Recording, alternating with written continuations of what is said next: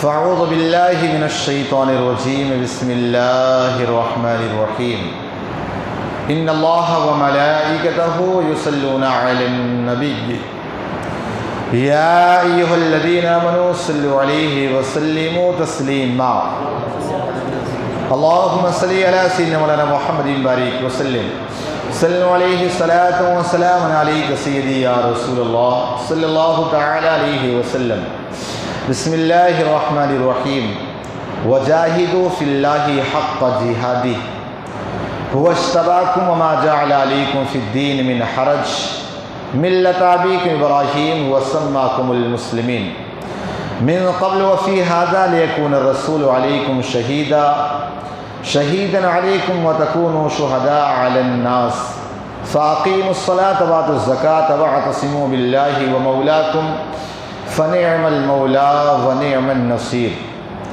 اور اللہ کی راہ میں جہاد کرو جیسا حق ہے جہاد کرنے کا، اس نے تمہیں پسند کیا اور تم پر دین میں کچھ تنگی نہ رکھی، تمہارے باپ ابراہیم کا دین اللہ نے تمہارا نام مسلمان رکھا اگلی کتابوں میں اور اس قرآن میں، تاکہ رسول تمہارا نگہبان و گواہ ہو اور تم اور لوگوں پر گواہی دو، تو نماز برپا رکھو اور زکوٰۃ دو اور اللہ کی رسی مضبوطی سے تھام لو۔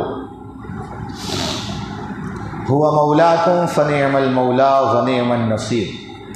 اللہ کی راہ میں جہاد کرو۔ اس آیت کریمہ کے حوالے سے آپ نے کچھ باتیں کل اور اس سے پہلے سنا۔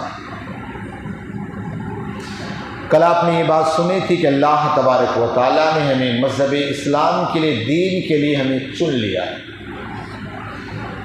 آپ خود آئے نہیں بلکہ اللہ نے آپ کو چنا ہے، اور مذہب اسلام میں سختی نہیں بلکہ آسانی ہے، کل آپ نے سنا۔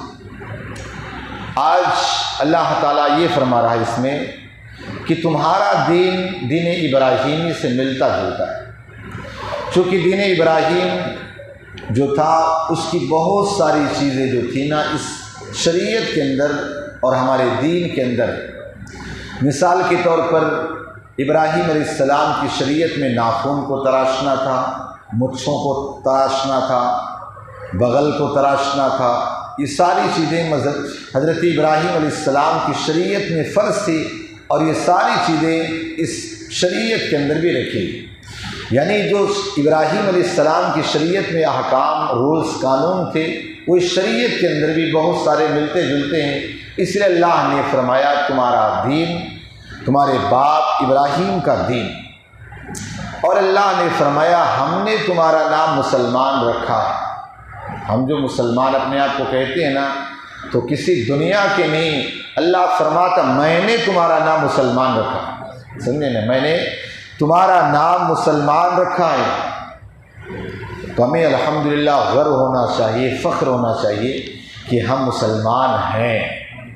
لیکن آج بہت سارے لوگ اپنے آپ کو مسلمان ظاہر کرنا ڈرتے ہیں، سمجھے نا، ڈرتے ہیں بہت سارے لوگ کہ یار کہیں پتہ نہ چل جائے، سمجھے نا، کہ میں مسلمان ہوں، صرف کس لیے؟ اپنی نوکری بچانے کے لیے، کبھی اپنے دنیاوی تعلقات خراب نہ ہوں اس وجہ سے۔ باقی اگر جان جاتا کہ مسلمان میں کتنا بڑا فائدہ ہے تو بندہ ہر وقت کہے گا الحمدللہ میں مسلمان ہوں، الحمدللہ میں مسلمان ہوں، یہی کہتا۔ اب اگلی بات جو اللہ تعالیٰ اس آیت کریمہ میں فرما رہا وہ یہ کہ تم ساری امتوں پر گواہ ہو، ساری امتوں پر، آدم علیہ السلام سے لے کر عیسیٰ علیہ السلام تک جتنی بھی امتیں ہیں، سب کی گواہی قیامت کے دن ہم امت مرحومہ دیں۔ کیسے؟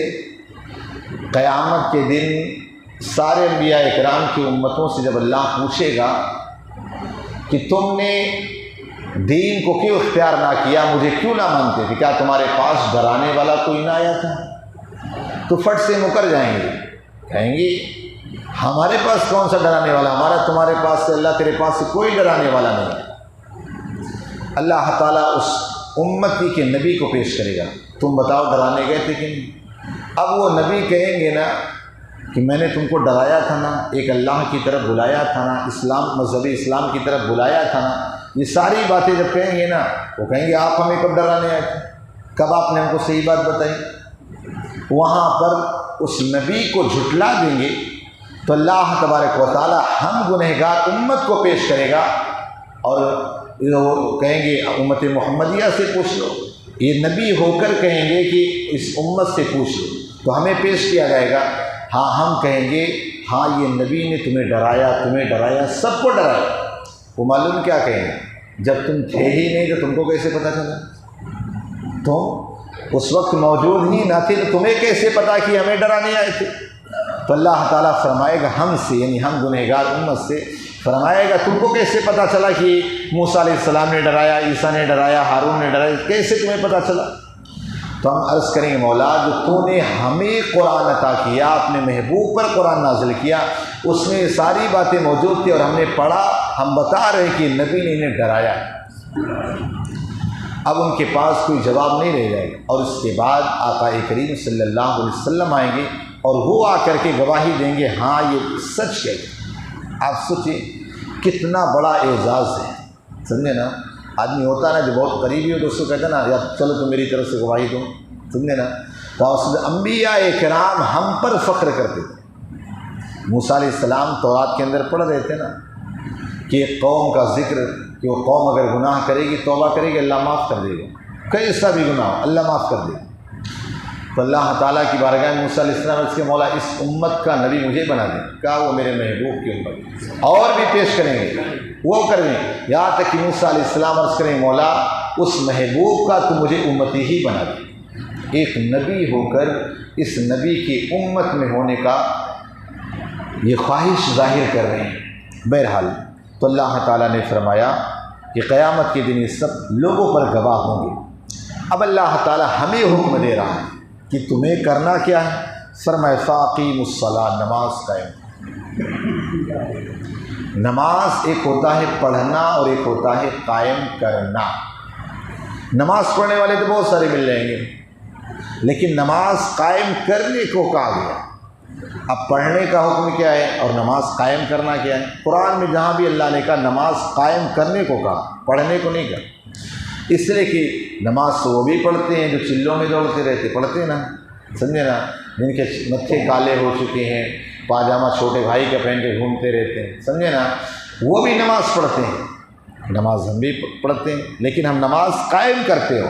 نماز پڑھنا تو کوئی بھی پڑھتا، عبداللہ بن ابی بھی پڑھتا تھا، عبداللہ بن ابی بھی پڑھتا تھا، عبد الرحمن ابن ملجم بھی پڑھتا تھا، لیکن نماز قائم کر کے مولا کائنات نے بتایا، نماز قائم کر کے عثمان غنی نے بتایا۔ تو ہمیں نماز پڑھنا نہیں، نماز قائم کر رہا، کیا مطلب؟